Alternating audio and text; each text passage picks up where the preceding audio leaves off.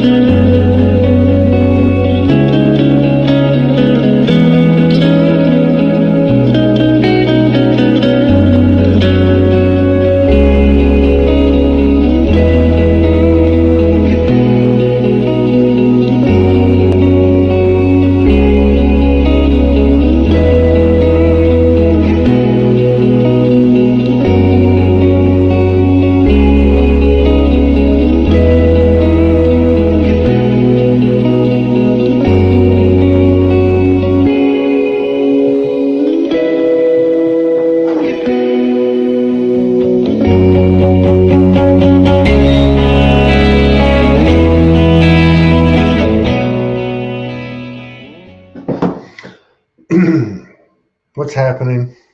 Hello, everyone. What's going on? Can the year be over already? That's why I wanted to hurry up and jump on here so you could talk about that. Here, let me fix this. This is on the wrong one. Here we go. That's better. Yeah. So what are you talking about? You disappeared. You were like, I hadn't really seen you since the summer. I think we did a show maybe in the early fall. I Yeah. think Julie and I probably done 3 since then. But yeah, you went on a little vacation, and then I was hiding in the woods. There's a difference there. you're hiding in the woods. I was hiding in the woods. It just, that phase of the caterpillar where you kind of turn to mush and nothing holds meaning anymore. Like the little things that used to bring you joy or the intense things that used to give you joy just don't have that intensity anymore. So you're just like, what's the point? Like that's the phase I've been in since I guess lockdown, like COVID hit, which doesn't surprise me, but it's still not fun. Okay, this is what we need to talk about. Hey, I did not know that today is Delia Flores' birthday. Oh, I didn't So know that. Delia, who on her own accord started a Soulology Instagram and is just part of our team, part of our family. And so I just want to wish her a happy birthday on behalf of everybody. Happy Thank, birthday. yeah. Happy birthday. It's also my brother's birthday, December 28th, whose name is Todd. So it's like His name is. You can't make this stuff up. happy And birthday, all December 28th babies. there you go. Um, Hung, what are you talking about? You said this year's been like 100 years. It, You said nothing. What you just said a minute ago. Let's pick up on that. Like it's like, are we being desensitized? I'm not sure. I want to share with you this dream I had last night. So I have like one of the things I have very strong visual memory recollection in my dreams. I'm a very visual person, which doesn't surprise me for the occupation that I chose. That I didn't choose. I accidentally found it, which is basically what happened when I was at the train station, and I saw this interesting door, and I walked through that door, and then I landed myself in an older Victorian home. And on the side of this door, there was a crib and there was a bed. And there was hideous wallpaper. We'll talk about that later. So this crib, that, but I couldn't, and I wanted to take a rest. And I wanted to sit down on this bed. But this bed had this like almost oval nest on it. So it wouldn't allow you to sit on the bed, but there was nothing in the nest. And then I looked and I noticed on top it said no time. There another layered on top of hideous wallpaper is a word plaque, which I also hate in interior design, and it said "No time." And then so I'm sitting there staring, like, no time.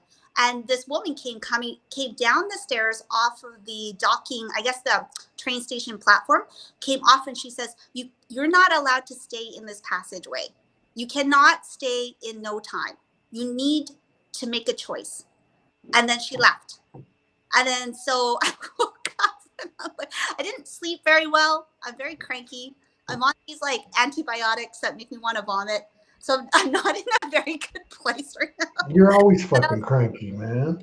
One of those things where you're just like, it doesn't matter what kind of place you're in, whether you're in a shitty place or you're not feeling well or anything like that. It's more about you still show up. You know what I mean? Like Yeah. you just wake up, you show up, and you figure it out. I think is like, I don't know, day by day, that's all you can do. And that's the other thing that I was super pissed off about. So I do a winter break. Like, so I'm a small business operator, and I do a winter break. So I shut down my store between the 25th until the first Monday of January. And this year was rough and challenging. So my only goal this break was to stay in my pajamas and drink, day drink specifically, because you can't do that at the store. That's frowned upon. And you know what happens? Like, What? motherfucker, 2 days before I took off, I landed myself in ER and went on. I was diagnosed with diverticulosis or something. Diverticulosis. You know Yes. what?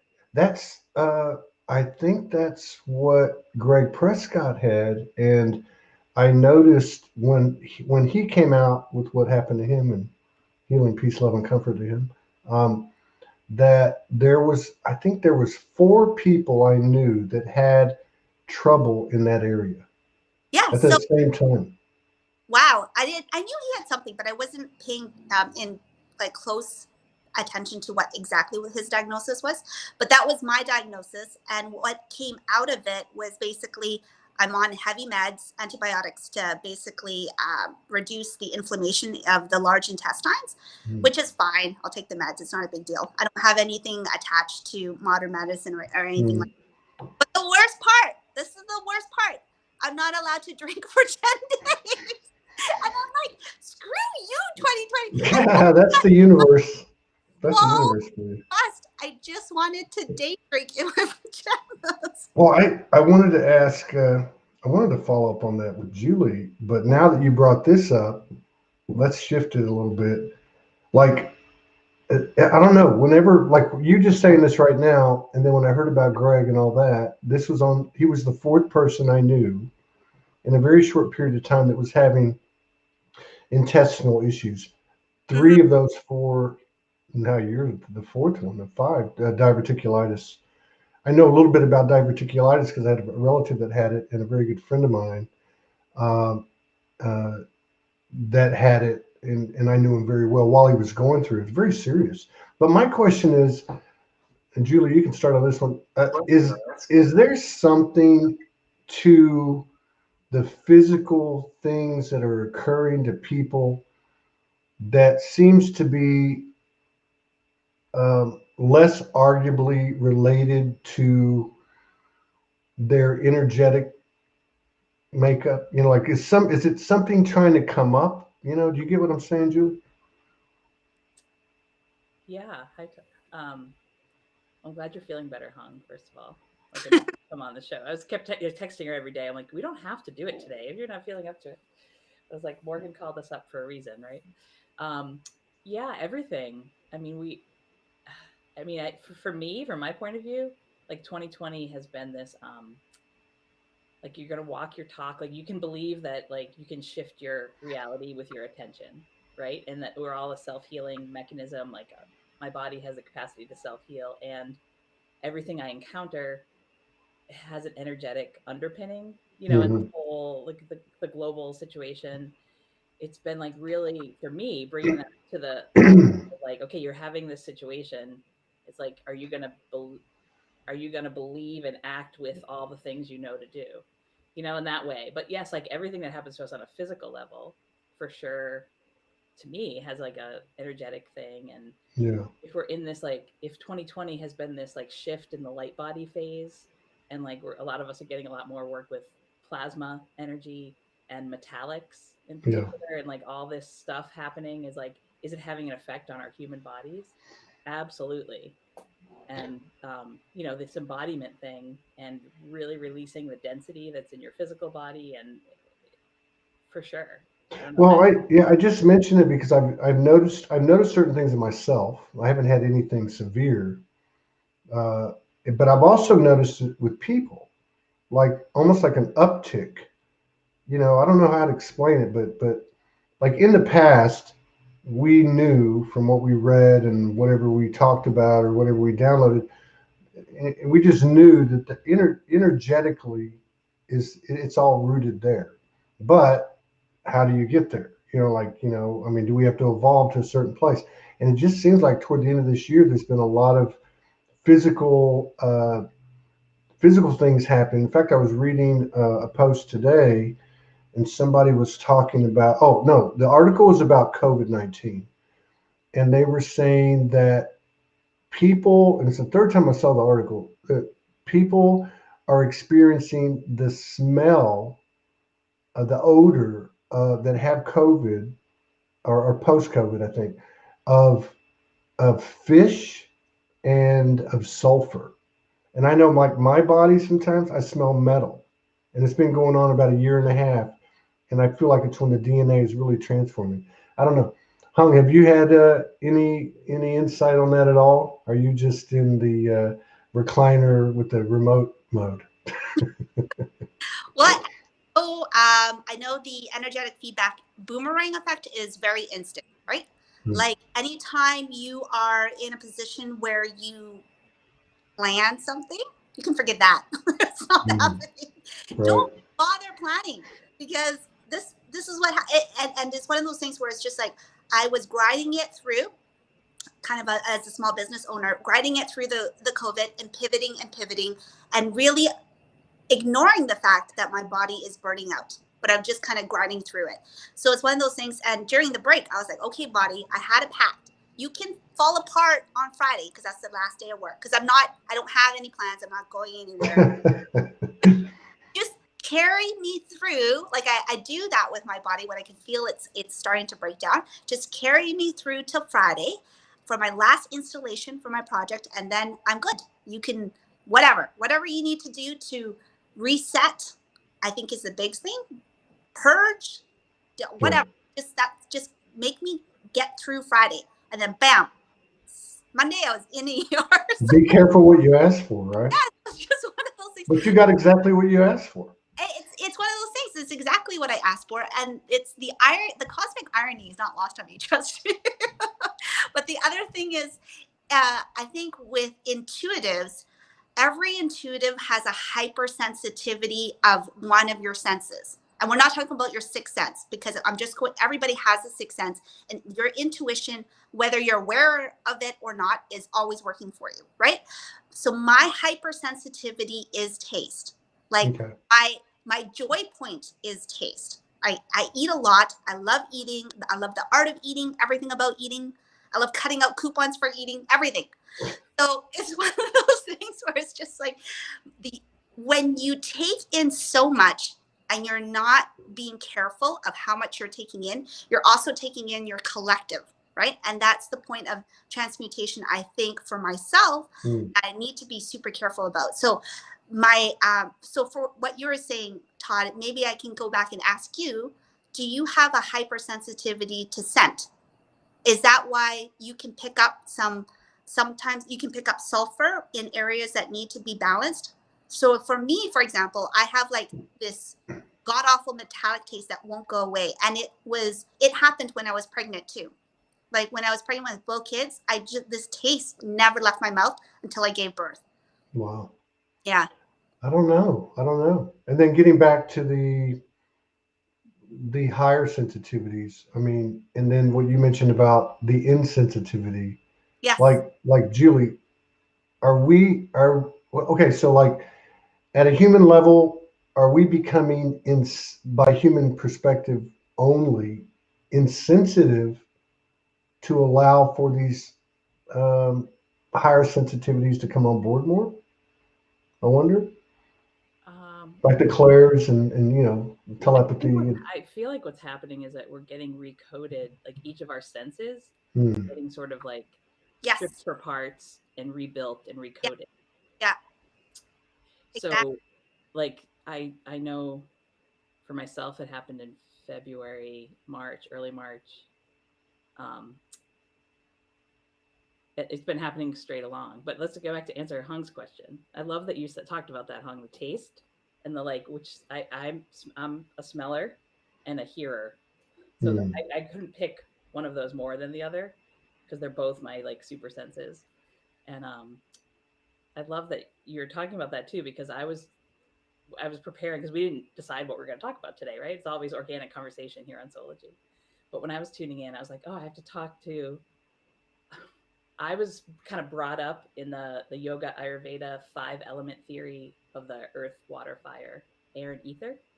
But for myself, I've been like getting and I still like appreciate and read a lot about the traditional Chinese 5-element of the earth, water, fire, wood, and metal, right? So I've been like always try to translate those two. It's almost like talking like 2 different languages or having 2 different color palettes. So I've been working more with that, and I wanted to talk to you about it, Hung. So it's kind of perfect because you talk about the sensory inputs, and because for taste goes along with water, in some in the Ayurvedic point of view, and smell goes along with earth. Touch, goes along, and breathing goes along with air. Fire is eyesight, and the ether is the sound. But I wonder if there's a similar correlation. Anyway, I've been, you taught like you can kind of code it into different languages, or if like you're an artist and you have different, oh, I'm going to use the pastel palette or the Astro Bright palette, or like we're like using a different 5-element palette when we work with wood and metal, but it's not like my home base. But I know it is yours, Hung, and I was curious how the dragons come into that too. Like there's different like water dragons, and like I was going to ask you about like metallics and wood, and if you could explain those. I wonder if they have a sense that goes with them. Yeah, there's definitely everyone has, I would say, up to 3 really strong elementals that they operate from. And to maintain balance, you do need to stretch out to your weaknesses so that you don't implode, right? So with the dragons, it's very scientific when it comes to the energy systems. So you have an input, you have an output, and you have a vessel that contains both. If your vessel, so for example, my crappy body is taking so much crap in and not purging it in a healthy way, it doesn't surprise me I ended up in ER, right? So it's one of those things, and it doesn't. So to answer your question, my dragons are actually fire and water. They're opposing elements for myself. So I'm always in opposition. The funny thing is when I was just one of the things I do is when I'm sweeping is I throw on Soulology, kind of as background noise. Sometimes Todd's voice is like mundane in the background. Sometimes he says something interesting and peeks out. So for example, your last guest, there was a comment on it that says that we're at the point where we have to choose. You can't be in both worlds. And I'd like to argue and say choosing both worlds is a choice. The only thing that universe is asking you is to make a choice. They're not asking you to choose light or dark. They're not asking you to choose purple or red. They're asking you to make a choice. Your choice can be purple and red. You know what I mean? Your choice can be both worlds. It just depends on what your choice is. But you can't just sit in no time or in a passage where you can't just not choose. If you not choose, what happens is chaos happens, right? You find internal harmony when you choose. Your choice could be you. You can choose you. You can choose family. You can choose humanity. You can choose the collective. It doesn't matter. You can choose your favorite red shoe. That's not the point. The point is choose. And the other beautiful thing is choose again if you figure out that was a wrong for you or you didn't like that experience. For example, my choice could be like, okay, so today I'm going to rest, but then tomorrow I'll be bored and I'll choose another thing. It's to consciously choose your life, choose your narrative. So with the dragon going back to the dragon, this is a very long tangent. I'm so sorry. So going back to the dragons, opposing energies, my natural place of choice is actually polar opposites. I'm one of those souls that operate really well in polar opposites.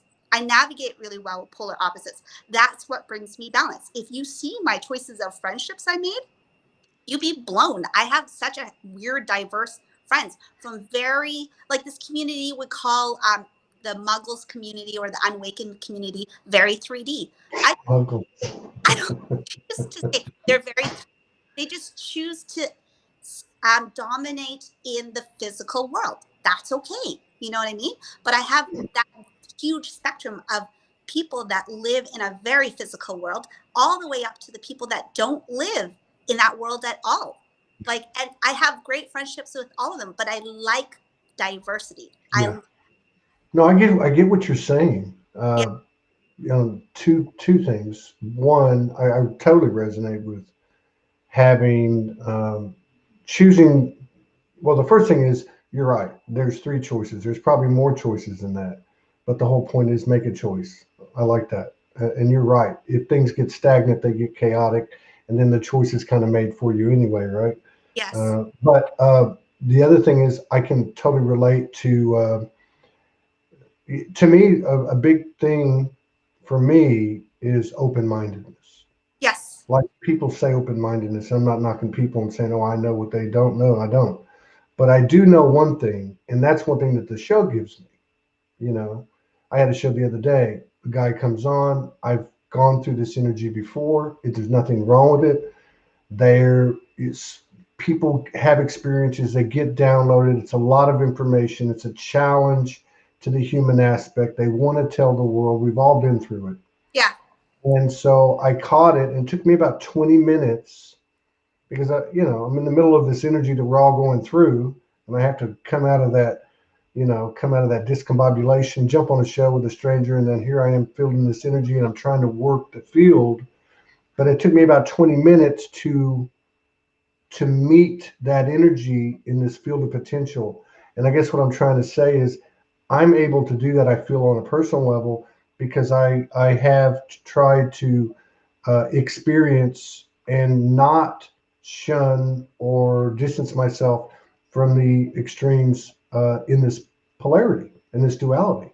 And I think that's very beneficial. I'm not saying it's the way for everybody, but going back to the climate of the last 3 months or so in regard to the things that we're talking about with the physical body, in regards to the recoding, because that sounds very accurate too. Yeah. Julie, has there been something that jumps out at you that's very different about, let's say, October, November, December?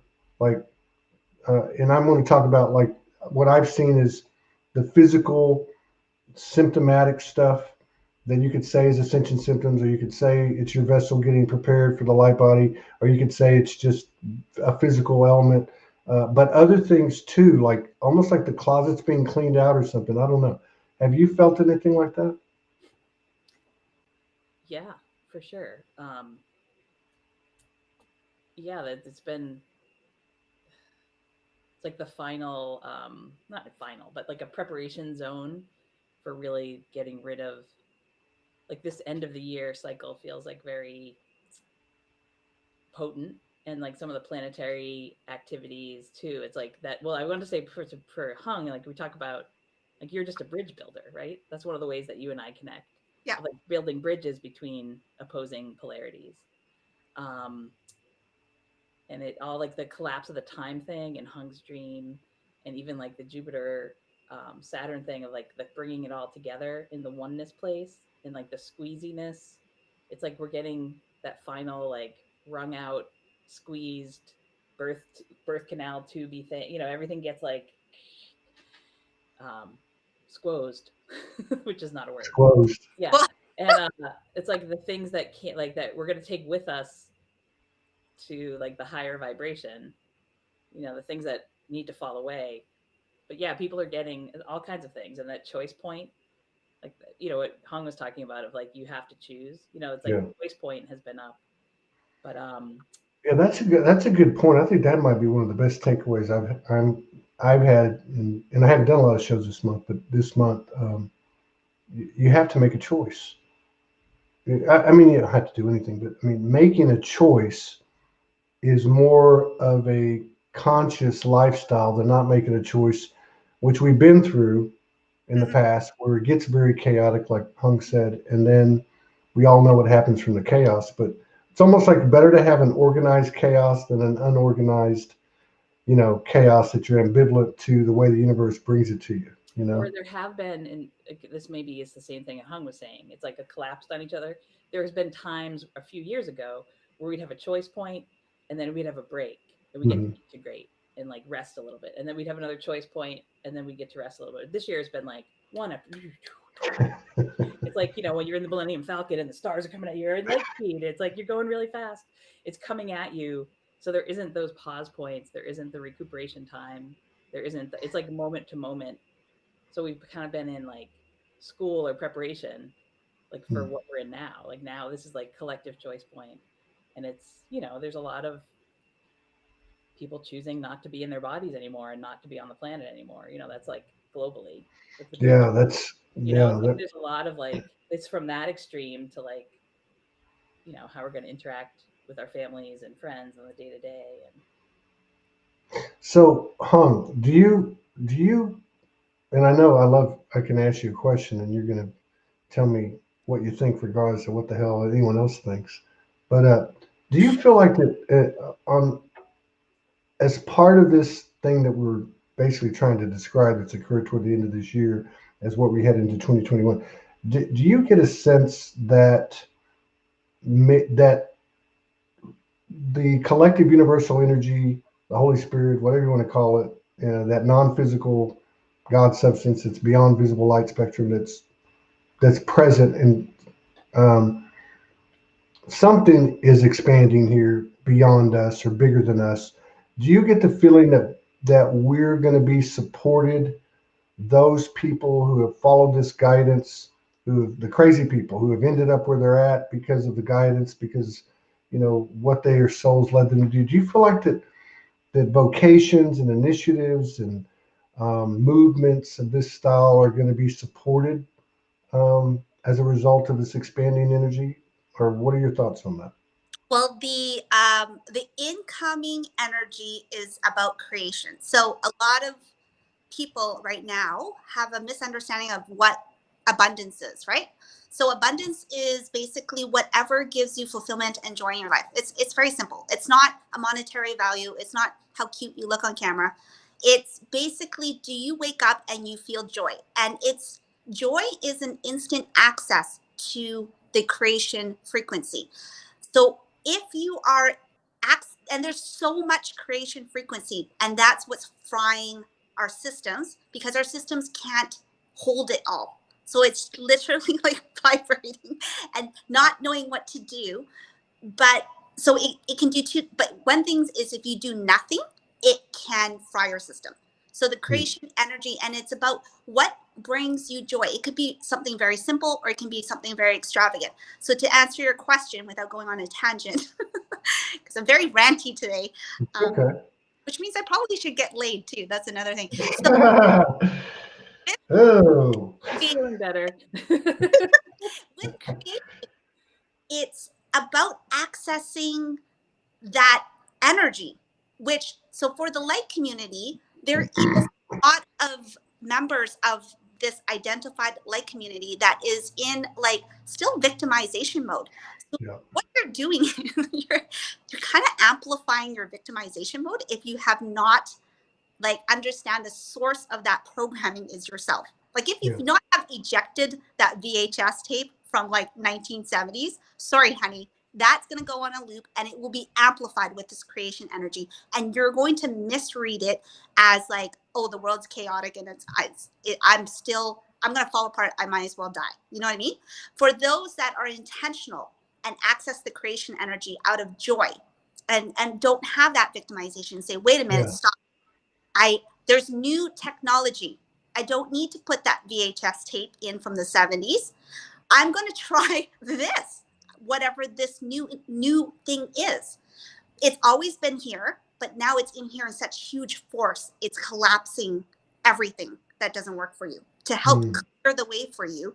So you can't blame anybody else. It's literally like parting the seas for you, but you don't see that. All you see is that the seas have parted and you're screwed. And then you go into like, where am I going to get water? How am I going to drink? Am I going to die? You know what I mean? Instead of saying, here's a new path to this newness that you can feel fulfillment from. What does that look like? I think that's a really good point, Julie. I'd like to hear your perspective on it too. But I just want to say this first. I think that's a really good point because there has been such a overcomplication to our journey, to the different narratives and the different modalities and everyone's different experiences.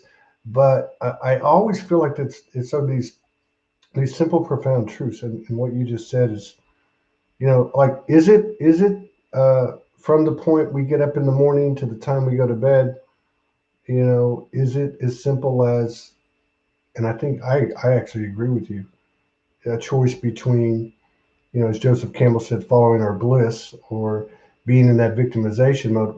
And I get what you're saying about the victimization thing in the light worker circles, because it's not a level of victimization that I'd observed in the past.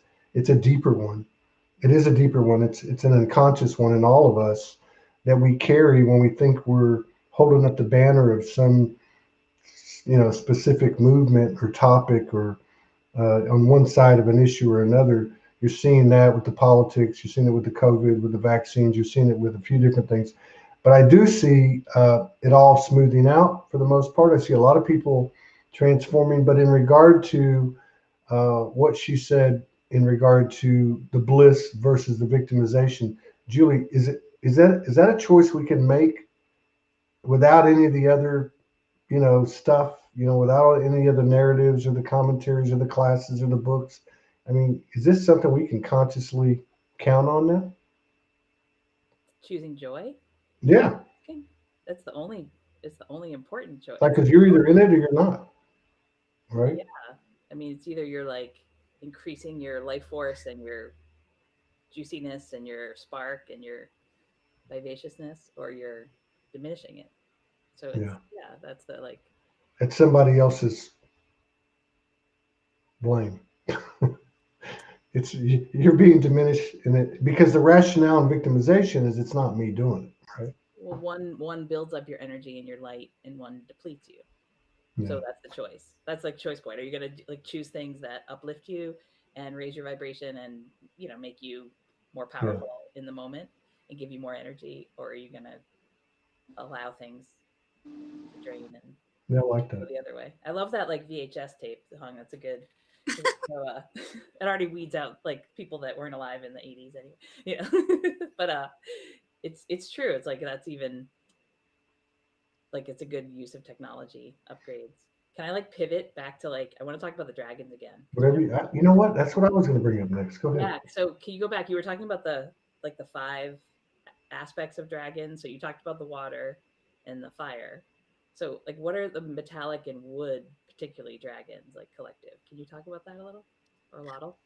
I think well, I'm just talking about for myself. I don't think the collective is going through this. The collective is going through the dragon collective is going through a new form of element, which I've talked about probably the last 3 years, right?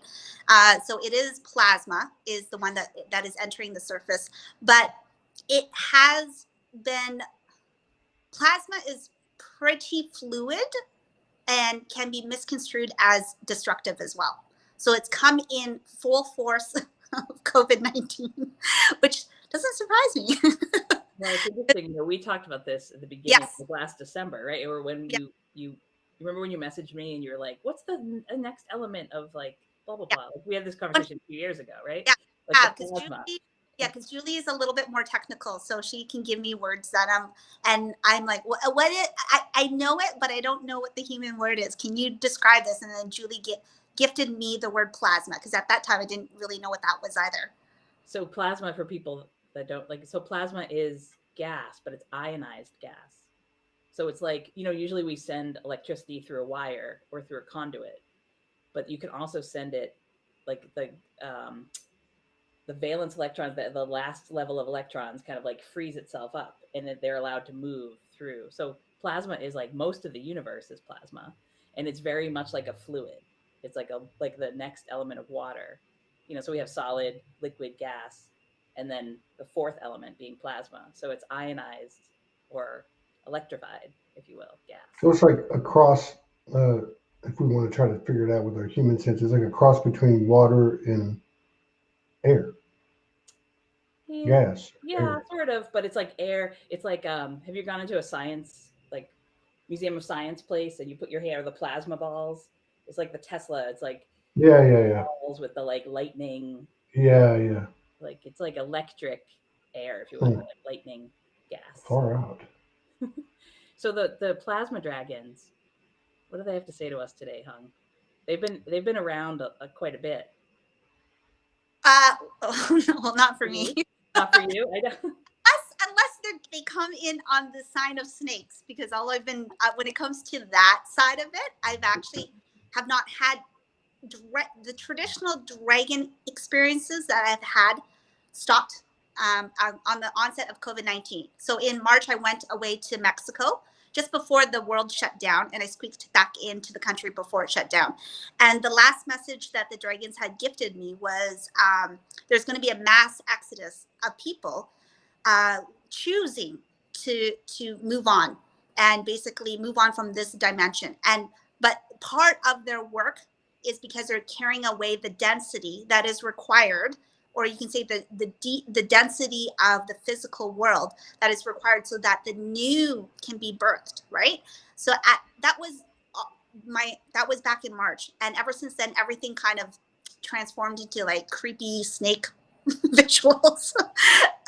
So I personally have not had an experience with the plasma dragon, but I know, like just from just knowing, I would say my knowing is the plasma dragon is part of the COVID chaos. Because what happens is when I was trying to describe to Julie what this new element is, it's interstitial at a cellular level. It's this negative spaces of like in between the atoms that binds us in creation. So I'm like, what the hell is that? That's what that new thing is. And then Julie says, oh, I know that for human in this universe, we call that plasma. I'm like, yeah, that dragon, that's coming in. And I'm like, I wonder what that's going to look like. And then looking back, I'm like, oh, that's what that dragon looks like. So part of it is if you are introducing an element that no longer is physical, because it's not in that sense, you can't touch, see, or any of that, right? It's recreating Earth. It's literally terraforming a new plane of creation. Mm-hmm. So all the other elements must fall away. So will we have, you know, metal, earth, fire, wind anymore? I don't know. Mm-hmm. You know what I mean? Mm-hmm. Do we need to? I don't know. And part of what's going on with the lungs is, yeah. You know, we talked about this a year ago. I was like, I think we're what's up with the lungs? So we can breathe plasma more. Yes. Like that's part of what's happening. I'm not this is not a medical diagnosis, anyone. My caveat, but like what's happening is like we're getting like energetic breathing apparatuses installed in addition to our lungs that help us to breathe on plasma. And I wonder too. I wonder too. Oh, I'm sorry. No, go ahead. No, there was a dry lag. I wonder too if some of these symptoms that we're getting, whether it be diverticulitis, congestion, itchy throat, I wonder if they are less symptomatic of something being wrong and more symptomatic of something coming in like you're describing. Like I did a show with Dr. Joe a couple of days ago, and he's got a lot of technical information in the biological side, the medical side, like you do with the cosmos. And I was telling him about what Morgan had downloaded about 2 weeks ago, this part of the back of the head where the spine comes up and meets the brain stem. And I forget what it's called, but she didn't know what it was called. She couldn't pronounce it. The next day we looked it up. She found it, and it's basically an area that she was downloading that was now being opened. And once it's open, like a hymen, it doesn't close. And that's our direct line to infinite intelligence. But anyway, as I was talking to Dr. Joe about that, he said, "Oh yeah, that's this. It's called that." And he gave us some more information. But then he referred to something. I don't remember the exact context, but it was about this subject. And he was talking about the area from the throat down, I would say probably like to the solar, primarily the lungs and the throat and the larynx and all that, having a lot of activity in the physical. And I don't remember the specifics, but he was relating it to similar to what you're talking about. So I wonder if it's more symptomatic of the changes that are happening to us as we move into light body, move into a plasma sensitive body, or however you want to describe it. Well, it's a choice point too of how you want to interact with. You can bring a virus or a thing into your body, and you can interact with it in a way that it's recoding you and upgrading you, Yeah. or you can interact with it in a way that it's doing something else. But I'm going to go back to. Can you ask Morgan if that looked like peacock feathers? It's somebody just wrote it. It's the medulla oblongata. Yeah. So Oblongata. I had this speaking of when things come into the physical, I saw a peacock walking by the side of the road here the other day, and I was get the list this peacock feather thing is happening. But I'm going to loop that back a little bit to Hung. So I'm curious. I have a theory or hypothesis about your dragony / snake thing. We talked about it last year. So it's just so happened that so Venus has been just a morning star lately. So Quetzalcoatl, I think that's how you say it. It's from the Mayan. That was around. You went to Mexico, and Venus switched from an evening star to a morning star right around that March time when all this happened. After it went through the Pleiades, and so Venus has been the morning sky, and that's the snake. The snake man god rules that time. So I looked it up for you because I knew I was going to get to talk to you today. But the Venus at the end of March, so it's it'll be March, end late April, early May, where Venus will be in the evening sky again. And I'm curious if that's if your snakes go away and they turn back into dragons. Yeah, well, I don't know. Maybe you have to go lay on a Mexican beach to really get the. That's an excellent theory. I should hypothesize. Mexicans like the best beaches. And I thought the snake thing, and it's always aligned with where I've been at. The snake thing has always been related to the sacred sexuality thing for me. I mean, yeah, it has such strong symbolism. I'm not going to negate that. It's just for me, for when growing up, I was okay with snakes, and then I had one incident when I was a kid that made me mortified of snakes, and I was scarred ever since then. So, but then when it comes to, I just find it interesting that the dragons, not that, I mean, sea serpents is a variant of dragon. You know what I mean? So it could be, I'm a very visual person, so it could be a sea serpent, and I'm just saying, oh, long and creepy, forget it. Not wanting and just putting a human attachment to it. So it is one of those things I'm not sure about. But going back to you, Julie, when it comes to the plasma effects on the body, what happens? Now this is just me playing science dumb. What happens when you expose a human body directly to plasma? Do we turn to mush, or what happens? Is there superhero powers that pop human out? body is mostly plasma. You have plasma within you, so it's a lot of the lymph. The plasma is what holds and carries the blood. You mean cosmic rays? Yes. Is that a thing? Is it good for your human body to get exposed to massive amounts of interstellar plasma? Yeah, not so much. What happens? It's excess radiation, right? Yeah. I mean, I don't know that we've experienced it, but it's there's a lot of things that happen on a different level. But yeah, so your body's not equipped to handle it. Stabilize plasma. What stabilizes plasma? Good question. Water quelches fire. Yes. What's the opposing?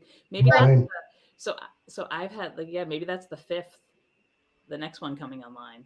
Well, that's what it is, because all of in this dimension, for this dimension to hold its shit together, it's about opposing energies. So have a new energy form in that is very unstabilized. So what is the opposing force of plasma to stabilize it? Because right now it is so unstabilized.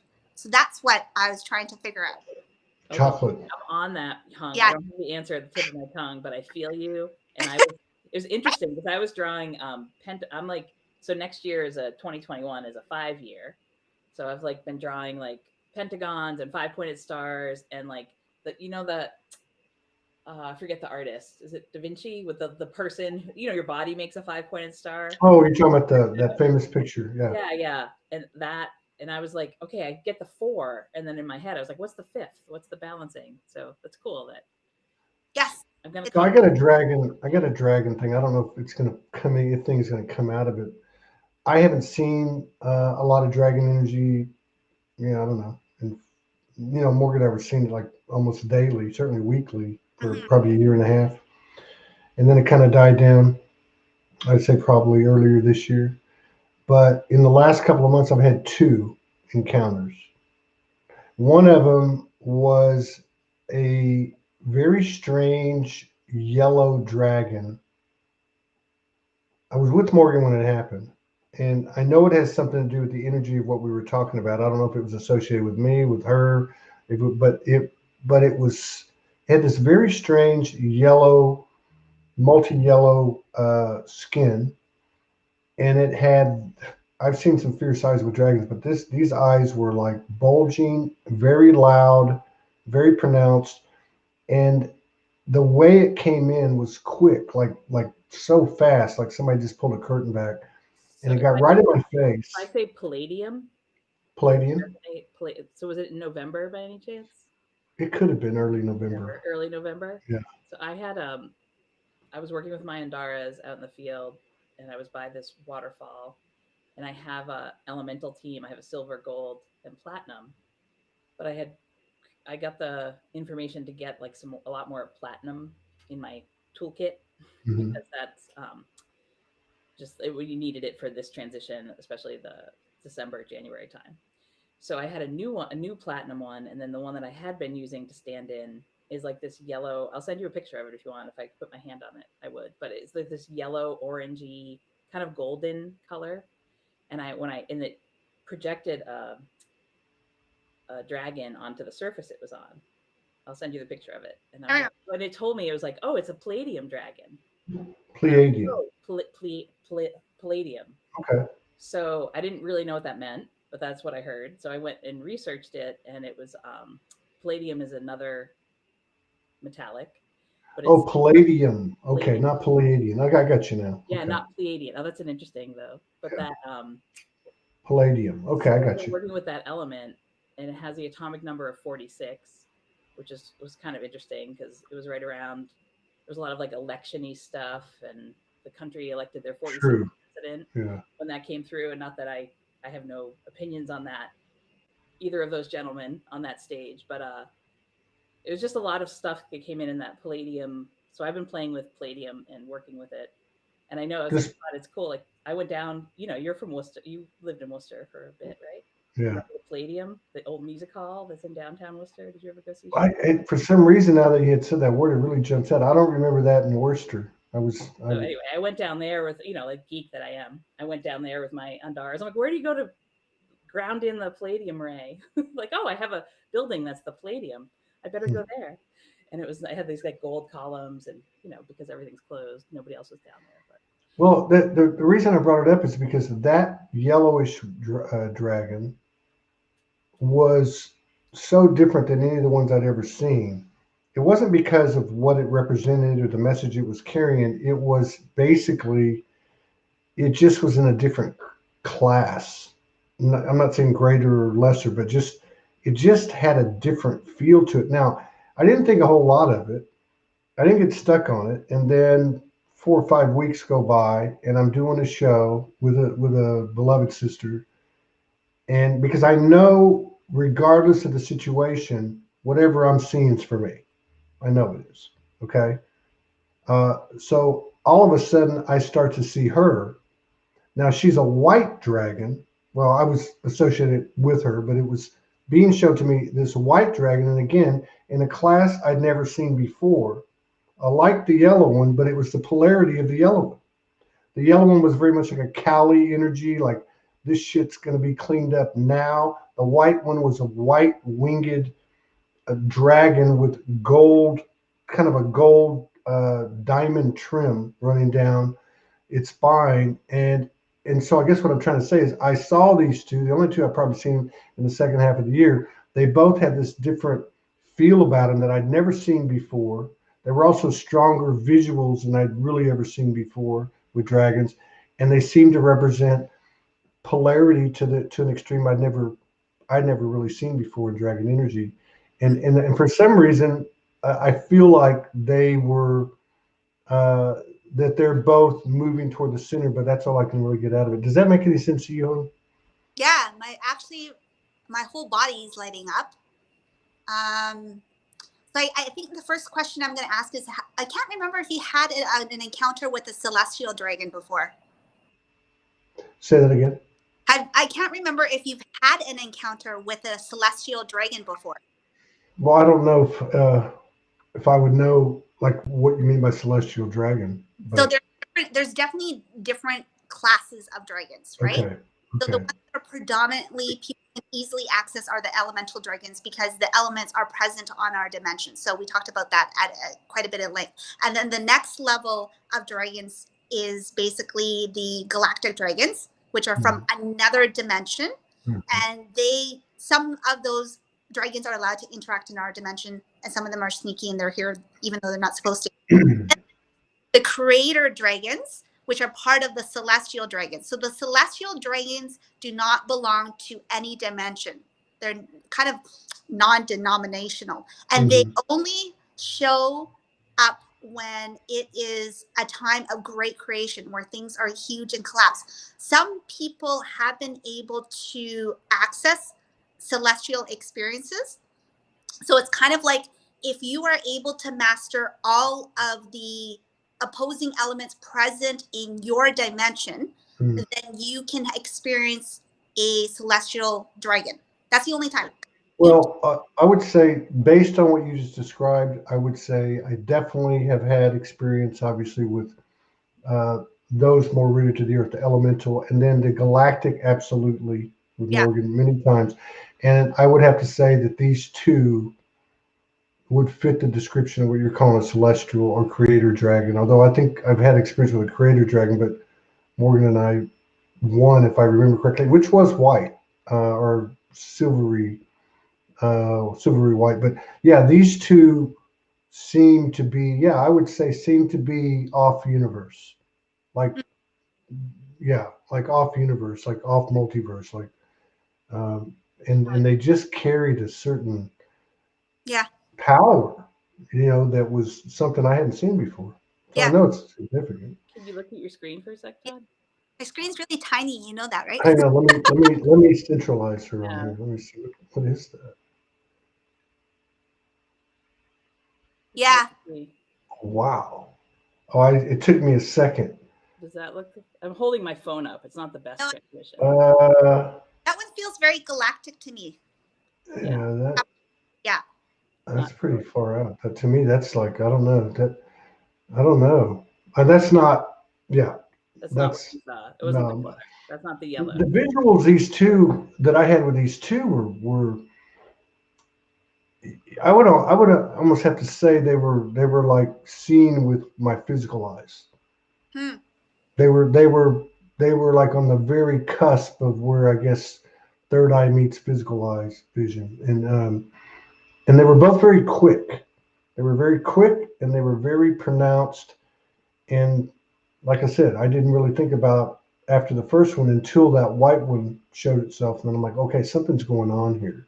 And it kind of lends to what you were talking about, important times of creation. That resonates, like almost like they don't come around often. No, they don't. Like I personally can't say I've experienced the celestial dragons. I've encountered elementals and galactics for sure. Even when I was asking my dad the other day, I can't remember why, but even my dad was saying our entire ancestry, there was only one person that was able to experience a celestial dragon, and then he died the next day. So I'm not sure what that means, but it's one of those things where Holy shit, man! Encountering a celestial dragon, your body needs to be prepared for that, because there's a lot of incoming energy. Like I said, creation energy is a full force energy. If you are still in, if you're in a vessel that can't handle all of that incoming, you're going to fry your system. So it's a very rare encounter. But when you mentioned it, my body did light up. So it definitely is not elemental, not galactic. But I don't feel it's celestial either. It is something else. So it could be a variant of celestial, because you're still with us. You haven't died. But the variant celestial, it's one of those ones. I know my dad said there are legends of a monk tribe that interacts with them all the time. But in order for them to interact with them, they have to go through such like rigorous training with their body, so their body wouldn't fry, because that is there's a balance of power. In order to counter that, there's a price that needs to be paid, and oftentimes it's your physical vessel, because you can't hold it. So yeah. So dragons that work with time. Pardon? Are there time dragons that work with time? All dragons work with time. All dragons bend space and time. Okay. Yeah, for sure. When you're working through like time slipstreams, time travel. Yeah.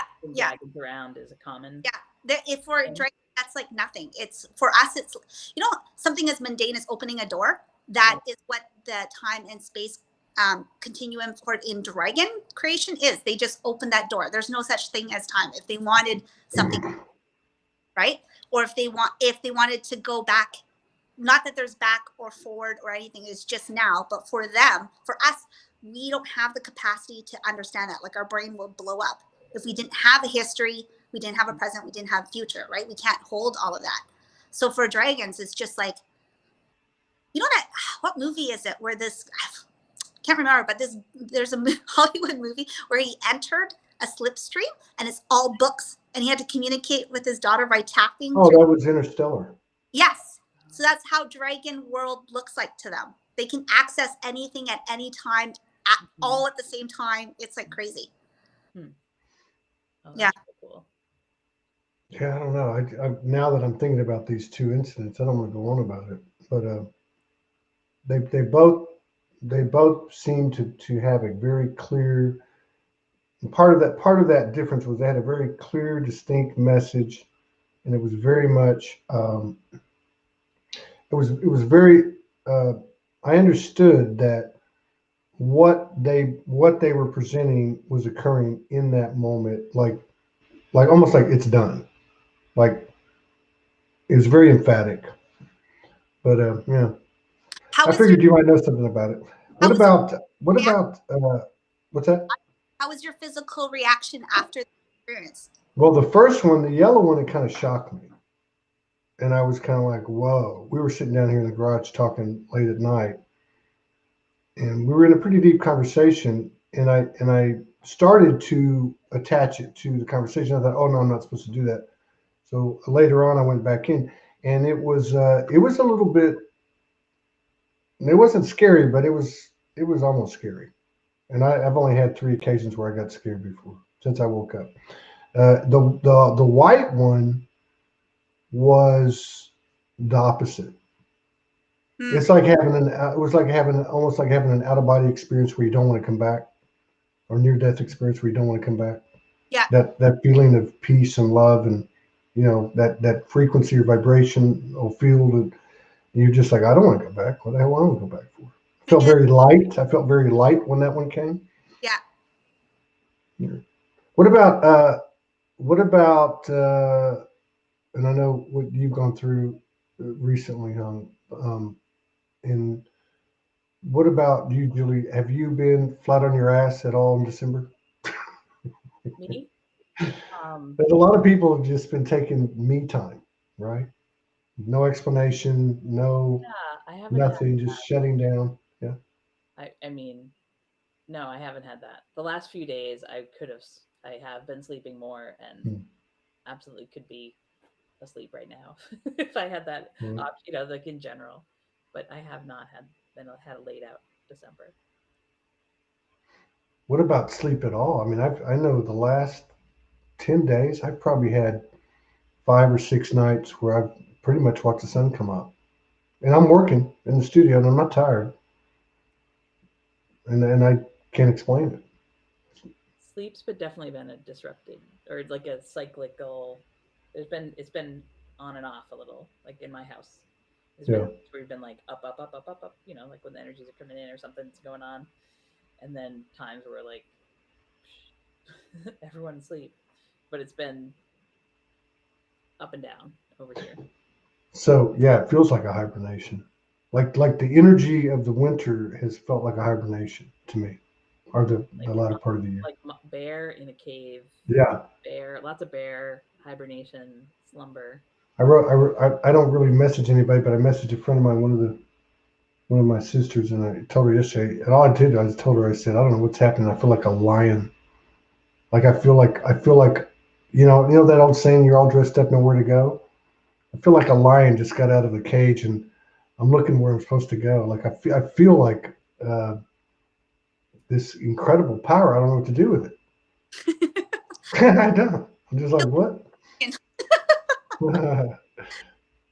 So when do you go back to work? Well, the irony is like, so my business, we always shut down for a short winter break. I do call it hibernation because the store's called the Spotted Frog, so it's just a great analogy. So we are in hibernation until the 4th. But even then, it's just, I don't know. I'm not at that point where you are, where you built up your reserve and you're ready to unleash and create. I feel like I'm still quite depleted, and I just need to take a little bit more time and go a little bit Yeah. slow. But then the other thing, I also have to be, I feel like I need to be not my normal operating self of making plans, right? Because that's what Yeah. I like doing that though. It brings me comfort. So when I don't sit well in being present and in the now, I'm very uncomfortable in that Mm. position. Like I like making plans and being intentional. I don't like not knowing, you know, my vacation plans. Like, are they going to be disrupted? That makes me very grumpy, or whatever it is. But so it's one of those things where I'm just still very uncomfortable sitting present. I know some people navigate it beautifully, like you do. You have been kind of, your whole life has collapsed to support the now. So Mm. you're very comfortable sitting there, and that's hence you glowing and me looking like shit. There are lots of people in our community that are wired that have that, right? So for example, like Rick Jewers, he's just loving life. He loves what's happening right now, right? It's forcing everyone down to a point where it's his perspective of it's you only have this now, which is a beautiful teaching. But for anyone that is type A like me, hyper organized, hyper structured, hyper everything, it's like shoot me now. Yeah. Yeah. You can't even make plans to like meet a friend to go No. snowshoeing or something because like you know here like it's like oh like overnight all of our we had like 15 inches of snow and then overnight Christmas Eve into Christmas morning it all melted. All, you know, just like stuff like it's like everything's like that's like a microcosm of like oh we'll go sledding on the 26th. It's like oh no sorry that 2 feet of snow is gone. No, no. Like, You are not snowshoeing. I but can't even imagine. I can't even fathom that kind of. completely true and I've never been snow sledding. Oh, really? Mm. it's I've fun. been in the snow, but I've never really been able to recreate. Well, and back to what you said earlier too, like this lion thing, and like you said that you're still prepping and I'm ready to go. Let me just make one thing clear. I have proceeded cautiously, mostly here in the studio, late at night, by myself. I've had about 4 or 5 nights like this, and if the like last night I did almost 6 hours of like a radio show, just playing one thing after another, trying to find flow. And that kind of describes what the whole experience has been like. So I'm proceeding carefully because I know it's a new set of rules. It is a very creative kind of birthing type of energy. And Yeah. I know I'm pretty comfortable with my alignment in that role.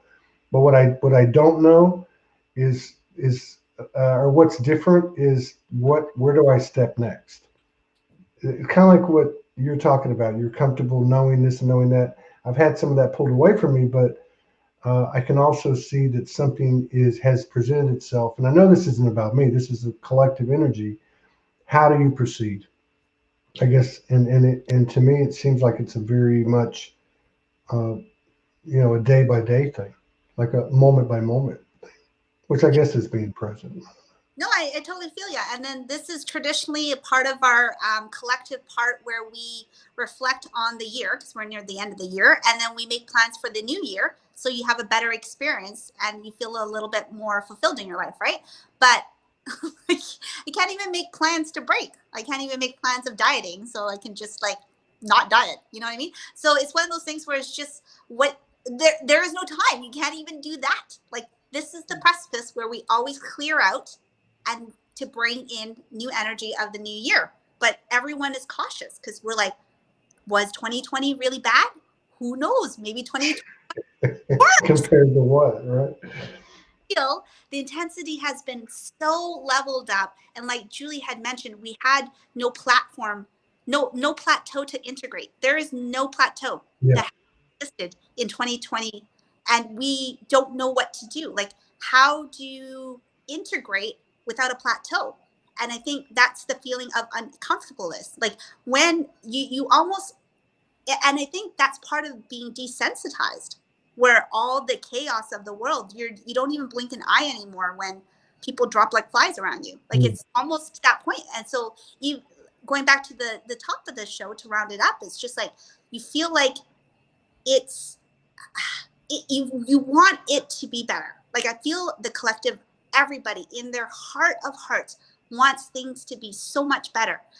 And if it's not, and we can't be attached to it, we know that we can't be attached to whatever this better is because that screws up flow, and you get smacked like really hard, right, by the universe saying, no, that's not the version of better that you are to experience. We're going to do something so different that you can't even imagine it. So I think it's like everyone's holding their breath, and it's not easy, especially for myself, because I mean, Julie, I know Julie feels this. It's not easy when you have a family and you are still have that protective programming in place where you know you should not be attached to your family and to your children and onto this like strong motherhood of mother bear kind of, but it's not easy, right? So you send your children out in the world and you're like, well, herd immunity is a thing. But you still put masks on them just in case herd immunity is not a thing. But it's one of those things. I think that's with everybody. Everyone is walking that path. And the only way that we find the little moments of joy are these conversations that the three of us are having. It's like, I don't know what the fuck is happening. Do you? Nope. Well, I'm glad everybody's on the same page. Let's hold hands and collectively we will feel it out. We don't need to figure out anything, and it's back to just faith. Like that's all you can do. What else can you do? Well, I think what you said, the topic about victimization, and I made the comment I've seen in myself and others over the last 3 months. I'm talking about the field, the community, doing shows, deeper levels of victimization that run beneath all the ones that we peel off, but it's more in behaviors and patterns. But I love what you said about the bliss thing, because that is a conscious choice we can make in every moment. We can find something in our field to align with. I may not be able to sit behind this camera and turn on the mic 24/7, there might be, say, 5 things that really I align with the most. Let's just say I'm making it up, being with Morgan, or doing this, but there's got to be something I can align with in the moment. And if I can do that, then that's going to raise my frequency, which is going to serve all aspects of my journey. So I can see that part. I'm glad you mentioned that. I really am. And I'm also glad that you mentioned both of you mentioned the not being able to plan, because I really feel that. And I don't mean it like, oh, I can't plan anything because it snowed and then it melted. And I've had those things happen. But I'm talking about like, I'm actually okay with it. But how do you do it? You know what I mean?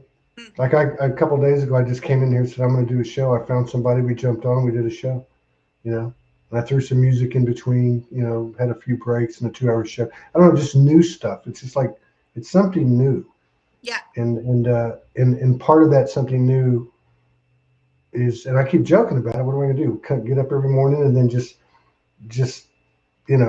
do 2 or 3 unplanned shows and not schedule anything out? I mean, I don't know how this is going to work. Yeah, I hear you. Yeah, for sure. So you guys got any final comments? It's good seeing y'all. I love collaborating with y'all. You know that. Julie, you got anything, since you're the Soulology cosmologist, scientist, astrophysicist? I will say, last year we were like, a lot of what I was called to pay attention to was the Venus alignments and the Venus with the plate. Like the Venus had a lot of heightened action last year. And this next year coming up, it's going to be all about Mars. So, of course, what? Yeah, what does that mean? Yeah, what does that mean anyway? I don't know. More snakes? In the same way of like, but the Mars gets highlighted, and Mars and its alignments. Last year, remember like Hung, we talked about in March, early March, the Venus went through the Pleiades, and we had that diamond encoded. Like we got the squeeze of carbon being squeezed into diamond. Just so you know, you totally oversold that. I oversold it? Yes. That experience? No, you don't become diamond coated. You become caterpillar mush. Okay, people? Yeah, right. Mush. We're Right. still in the like, yeah. But I'm not sure what it means. But we've moved through this whole, well, see, you said the last bit.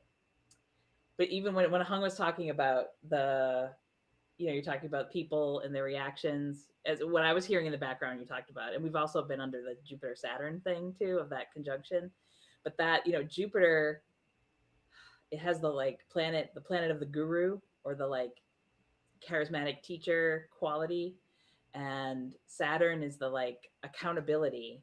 Like, what are you taking responsibility for? So what we've seen is like the dismantling of any lineage based schools, or anyone who's trying to put themselves as an intermediary between like pure source, whether it's religion or like everything, all that takedown of like teachers or like sharers or this or that. Like that's like, it's finally here is like the responsibility. And I feel like the next way for me is like, how do you empower people to be their own guru, to be their own healer, to be their own teacher, to be their own guider? Because that's the other thing too, is like, if you're not planning on, whatever it is, like taking courses or going on a vacation or doing this or doing that, it's like you're your own source, you're your own guide. That's right. In a moment to moment. Yeah. What about the dragons? Anything on the surface with the, well, you haven't seen them. Snakes. Snakes. Yes. Are you feeling all right? Are you feeling better? Yeah, you know what? It's very interesting. Yesterday I felt okay. I felt a lot better myself. And then this morning I didn't feel that great. And then I started the show feeling okay. And now I don't feel that great. So we'll see. It's a roller coaster. I just need to give it time. It really is. I just need to slow down most of it, right? And stop processing the incoming and just allowing it. I think the biggest thing is just allowing instead of, like you said earlier, you need to get laid. Yeah. Can you take another, I know it's like hard, can you take another week off where you actually get to like chill instead of okay, no, until the 4th, so I still Oh. have. Oh, you still got a week. Yeah, I still have a week. Although A little tomorrow over. I'm doing my staircase, so it goes. Well, take it easy, man. Don't overdo it. Yeah, how's the bus? I keep asking. It's I actually just thought about the last couple of days because it's been real cold over here, and you have to plug it in because it's got, what are they called? Those plugs. It's a diesel. Okay. I forget, heat plugs or whatever you call them. Anyway, Yeah. well, I haven't. I got it over here. I haven't. I cleaned it up. There's a couple things, a couple of chairs I want to take out of it. I don't have the funds to modify it yet, so it's just been sitting in the front drive, and but it's on my radar. You know, it's. I feel like, and again, it's not about Tyler Soulology. I really feel like um, what I'm feeling in the energetic field is that all of everything that is in alignment, that is in this field of potential, which is, you know, the guidance that the crazy guidance that we all followed, and all this stuff that's not legitimized in the MSM and you know, in society, that it's all being supported. So in terms of how does that equate to an individual trying to explain it, is I know that it's going to be put to use. I know that certain things are going to come into Soulology so that this platform can be further expanded. And I feel a lot of collaboration. I just see a lot of good things. And even if I look at 2020, I think it's been a great year. It's been a funky year at times, but I think it's been an absolutely incredible year. And I can't even imagine what next year's going to be like. Yeah, no, that's true. Like, that's one thing I can't take away, like dilute, is how incredible and amazing the year has. There's lots of things that came out of the year that I am so grateful for sure. And I just think I'm super cranky near the end of it because, you know, you're at the end of the cycle, right? So you kind of start breaking down. You're like, but there's been so much gifted in this year for sure, that so much gratitude. Much clarity has come in where you Yeah. when you think you're at the top of your game, humility kicks in. So it's like, oh, right. Yeah, exactly. Both of you had experiences we talked about on a couple of shows back. Both of you had, and we can get out of here because I know we all got to go, but both of you have had experiences with, I don't know how you would describe this, etherical pregnancies of some form or another, be it the elder Sasquatch or be it a galactic or dragon. And in fact, we were doing the show and you guys were talking about it, and quite a few women talked about their own experiences over the years. There's been a lot of talk about the birthing of the golden child energy on or around the solstice that we just had. Have you guys felt any type of gestation period or any type of birthing or anything like that in the past few days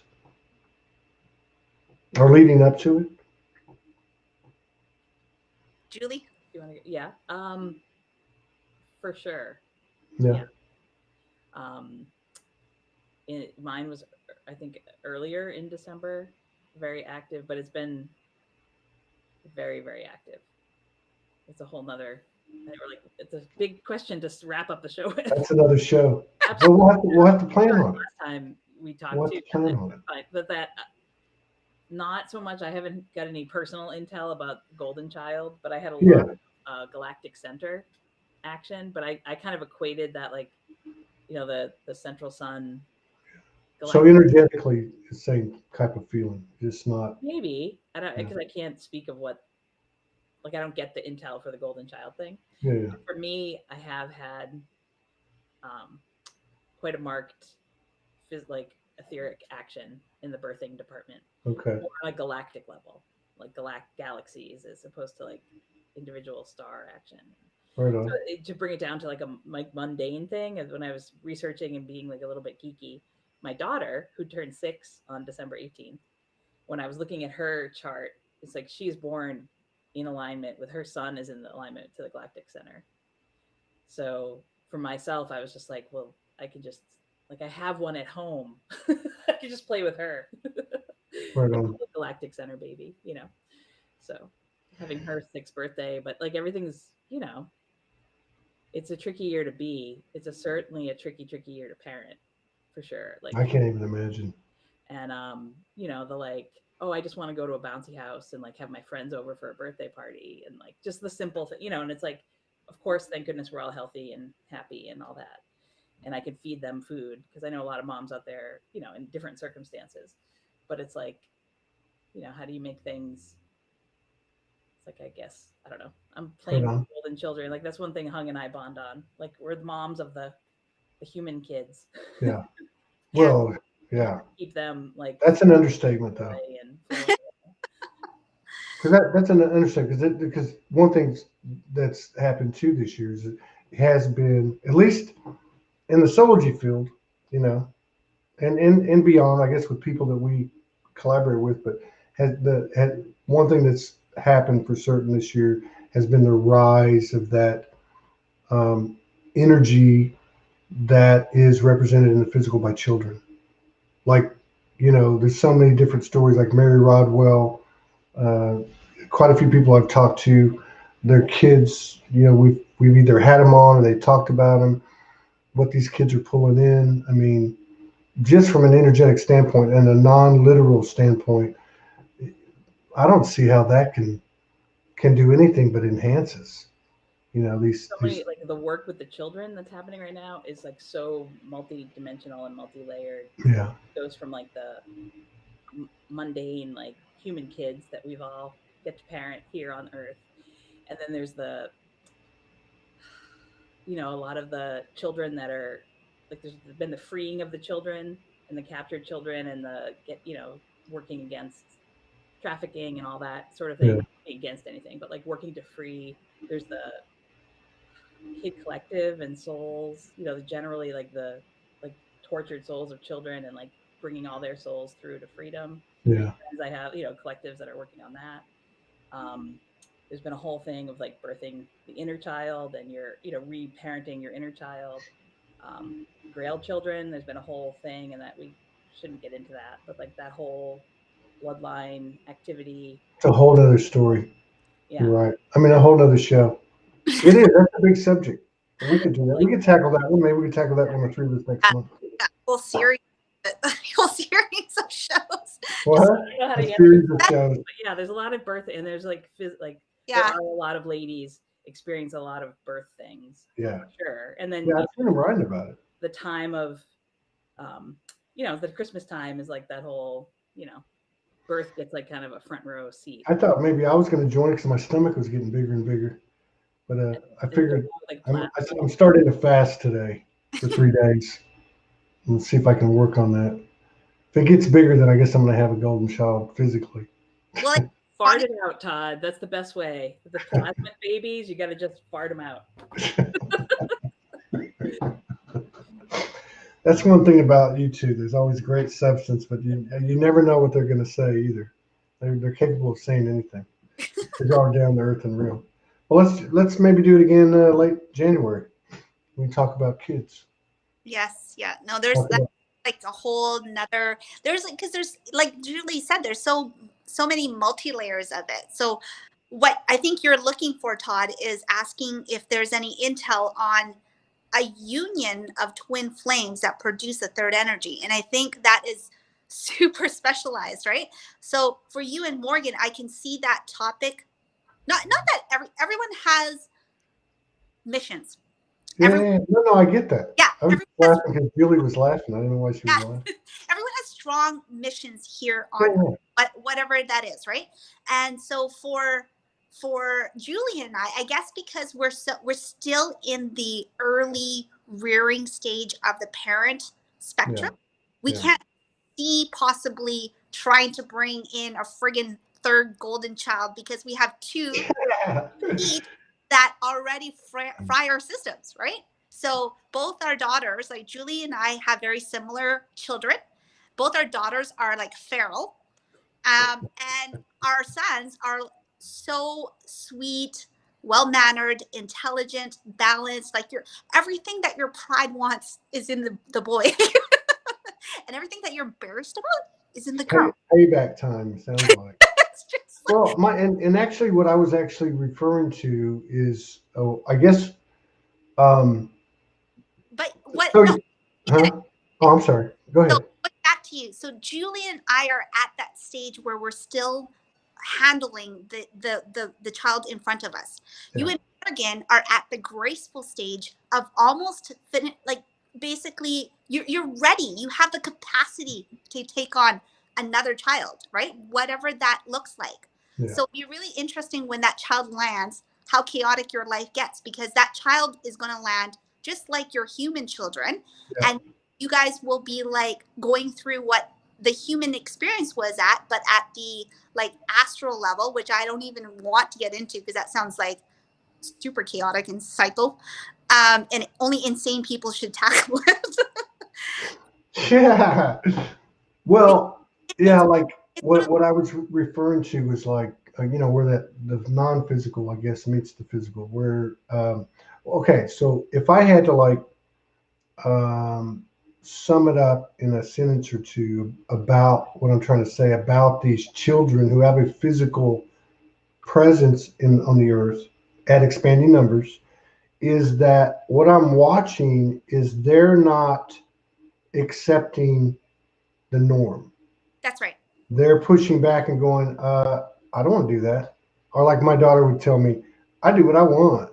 I mean, they literally, it isn't just being funny. Yeah. They're literally pushing back at a deep energetic level that I don't see. I don't see adults doing it. We might think we do it. I know if I do it, I become too alpha, too rebellious. They're just going, I'm the shit. I ain't doing it. Period. This Yeah. is what I'm going to do. That's what I'm talking about. And I Yeah. think that to me is like, if I look at what's been going on, the forecasting of the golden child, through a lot of people's intel, that they kind of represent the physical, which to me means embodiment, means anchoring, and they're coming in at such a high frequency that I don't know. Everything that's talked about in these circles, I think that's the one that's been most underestimated. I think they're actually going to turn the tables on this thing more than anything else. Yeah. More than our own transformations. I mean, these kids are freaking me out. Definitely a full series of those. So we're back to 9. I'm going to sign off very soon. Yeah, I'm heading out. I'm gonna have to go lay down. You guys gave me too many downloads. Yeah, right. But thank you so much for having us Yeah, on. I yeah. just want to remind everyone, Todd has a new sexy website. Everyone. We got work to do on it. No, it's beautiful. Thank you, Marina Govier. Yeah. Yeah. Yeah, I was looking at it last night. She just does a great job with it. I want to expand it. But yeah, thank you for mentioning that. SOULOGYNetwork.com. I usually mention it before the show.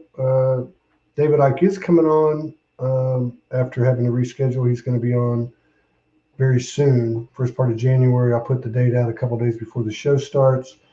And if anything ever happens, thank you, Huong. You can watch any of these shows on SOULOGYNetwork.com in case the day ever comes where you can't watch them anywhere else.